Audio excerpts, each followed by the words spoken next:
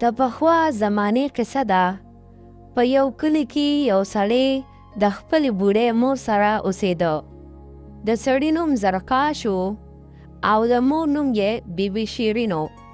د زرقاش پلار یو غټ جادوګر و چې یو څو کاله مخکې وفات شوی و.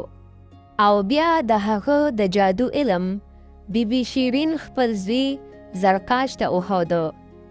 بچې د جادو علم خو دې زده که، خو دا خبره یاد ساته چې په دې علم به غلط کار کله هم نه کې، صرف نیک کار نه به پکې پیش وړې. په دې کلي کې یو سړی اوسېده چې د هغه نوم قادر و. قادر یو داسې غل و چې ده به ځناور ته د هغه اواز کولو نو ځناور به ورله خپله راتلل. با با با با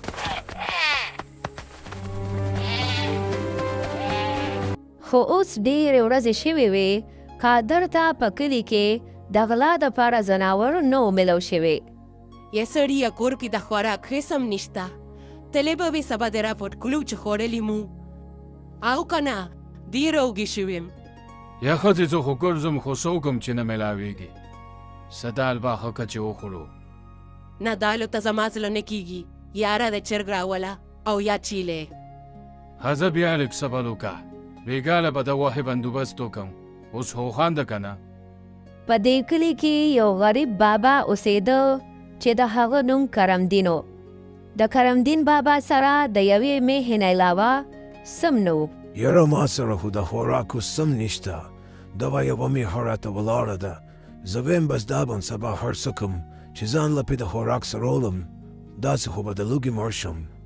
یا بچې زه خو یم چې یو وامه غشتې وه نو پی به م ترې غشتل، ما به م څکل او تا به م څکل او چای به م پکې پخوله. مورې نو غوا اخلوصله، خو جادو سره به پیدا کو که نه، که ته څه وې؟ نه بچې جادو سره به دا کارونه نه کې، ما سره پیسې شته، در به کم او په هغې باندې به یو ور راولې او ساتو به. بس ټیک ته مورې چې څنګه ته وې، بس دا د یو ساعت پس ځم او راولم درله. بل طرف ته کرمدین ماما خپله میښه خرڅولو دپاره منډۍ ته راوستې وه. یا بابا میښه په څو ده؟ څه ښه ده که نه؟ او بیا مې کوي که نه؟ بچی میښه خو د ډېرو پیسو ده، خو په 1,00,000 پې درکړم ځکه زما مجبوري ده او مجبورۍ نه یې خرڅوم او باقي پاتې شوه د پیو خبره نو 10 روپۍ کړي. یاله بابا ستا مجبوري ده، نو زه خو یم داسې وکړو چې یو 8000 به د دې درکړم. نه بچی زما د مجبورۍ نه غلطه پیدا مه وشته وه، په 8000 نه کېږي. ښځه نو بیا ځان سره سنبال که، زه لاړم. یو ساعت پس زرقاش جادوګر کرمدین بابا له راشي. السلام علیکم بابا، څنګه یې؟ او د میښې دې څه قیمت دی؟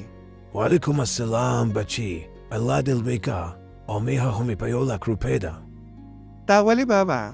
دا میښه خو د ډېرو پیسو ده، دا ته په 1,00,000 روپۍ باندې ولې خرڅې؟ یاره بچی ډېرې مجبورۍ نه خرڅوم او بل کمزوري یم ساتلی یې نشم نو ځکه. ښځه بابا ما خو پیسې د ځان سره کمې راوړې دي، خو دا میښه زما په 1,00,000 روپۍ شوه، خرڅوی ما، زه به سبا 1,00,000 روپۍ در وړم او دا به درنه واخلم. او دې نه پس زرقاش جادوګر د کرمدین بابا نه د هغه د کور پته واخلي او لاړ شي. او چې کله شپه شي نو قادر غل د غلا دپاره د کلي په کوڅو کې ګرځي چې د کرمدین بابا په میښه یې نظر پرېوځي. هلکه قادر دا خو دې سم کار ومنته، دا خو دې پوره یو میاشت کېږي. او دغسې قادر د کرمدین بابا میښه پټه کړي. دا وګوره که نه ښځې سم غټ کار مې وکړو، نن مې درله میښه راپټه کړه، سبا بیا لارې کړو او بیا ټوله میاشت لګیا یې غوښه خوړه. او که نه سړیه دا خو دې لسم کار وکړو، ډېرې ورځې شوې وي وه هم نه وه خوړلي. ښځه زه ورځم وده کېږم، سهار به ورسره بیا ګورو. سهار چې کرمدین بابا راپاسي او میښه نه وي نو پریشانه شي. یا خدای زما خو دغه یوه اسرابه هغه م رانه چا پټه کړه، اوس به څه کوم؟ او کرمدین بابا سره دومره د خوراک څه نه وي چې د لوږې نه د اونې پاڼې خوري. په سبا باندې زرقاش جادوګر د کرمدین بابا کور ته د میښې اخیستو دپاره راشي. السلام علیکم بابا. وعلیکم السلام بچی. دا ولی بابا ولی جارلی خیر خودی ما ته ووایه.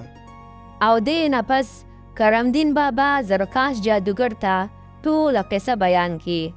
دا سوی بابا ته خپه کیږه ما اوس په درله پیدا کم. او دې نه پس زرکاش جادوګر یو توتی ته आवाज کی.